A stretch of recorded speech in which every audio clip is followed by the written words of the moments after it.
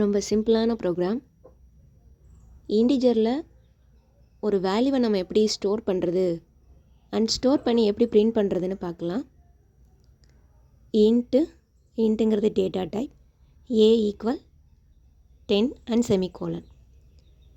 Okay, next பார்த்தீங்கன்னா இந்த வேல்யூவை நம்ம பிரிண்ட் பண்ண போகிறோம். console.writeLine ப்ராக்கெட்டில் ஏங்கிற வேல்யூவை நான் கொடுத்துருக்கேன்.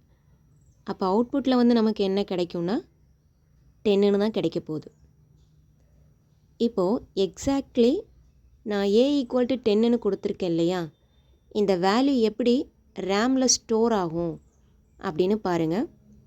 ரேம் அப்படின்னாவே வந்து லைக் ஒரு டெம்போரரி மெமரி அப்படின்னு சொல்லுவோம். நம்ம ப்ரோக்ராமில் கொடுக்கக்கூடிய வேல்யூஸ் எல்லாமே ரேமில் தான் போய் ஸ்டோர் ஆகும். ரேம் அப்படிங்கிறது ரேண்டம் ஆக்சஸ் மெமரி அப்படின்னு சொல்லுவோம். ஓகே, பாருங்கள், ஒரு சின்ன பாக்ஸ் மாதிரி போட்டுக்கலாம். இதை ரேமை அஸ்யூம் பண்ணிக்கிங்க.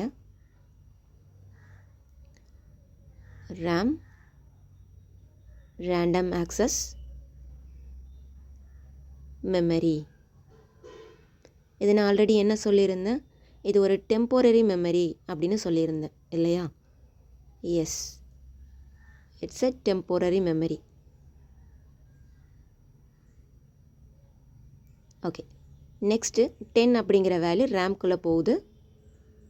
ரேமில் நிறைய ஸ்பேசஸ் இருக்குது, நிறைய வேல்யூ ஸ்டோர் பண்ணிக்கலாம். ஆனால் ஒவ்வொரு வேல்யூவை ஸ்டோர் பண்ணுறதுக்கும் நம்ம நேம் வந்து கொடுக்கணும்.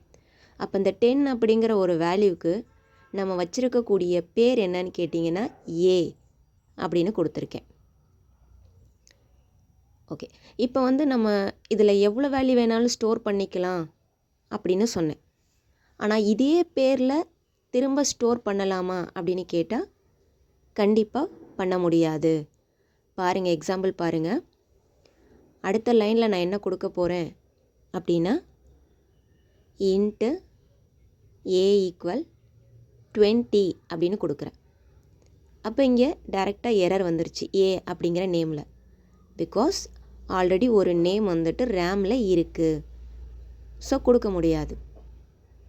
அப்போ வேறு என்ன பண்ணலான்னா வேறு ஏதாவது நேம் வந்து நீங்கள் யூஸ் பண்ணிக்கலாம். பிஓ சிஓ ஏதாவது யூஸ் பண்ணிக்கலாம். ஓகே, பட் இப்போ நான் என்ன பண்ண போகிறேன்னா நான் வேறு ஒரு நேம் எதுவும் யூஸ் பண்ணாமல் அதே நேம்லையே நான் வேல்யூ வந்து அப்டேட் பண்ண போகிறேன். எப்படி அப்டேட் பண்ணுறது? இங்கே முன்னாடி நான் வந்து இன்ட் அப்படிங்கிற ஒரு டேட்டா டைப் கொடுத்துருக்கேன் பாருங்கள், அதை வந்து நான் ரிமூவ் பண்ணிடுறேன். அப்போ ஆல்ரெடி வேல்யூ 10 இருந்தது, இப்போ a = 20ன்னு கொடுக்கும்போது இப்போ எரர் வந்து கிளியர் ஆகிடுச்சு. அண்ட் இப்போ இருக்கக்கூடிய அப்டேட்டட் வேல்யூ என்ன அப்படின்னு கேட்டிங்கன்னா 20. அப்போ இப்போ ஏவோட வேல்யூ என்ன கிடையாதுன்னா 10 அப்படின்னு கிடையாது. ஓகே, இது வரைக்கும் கிளியருங்களா?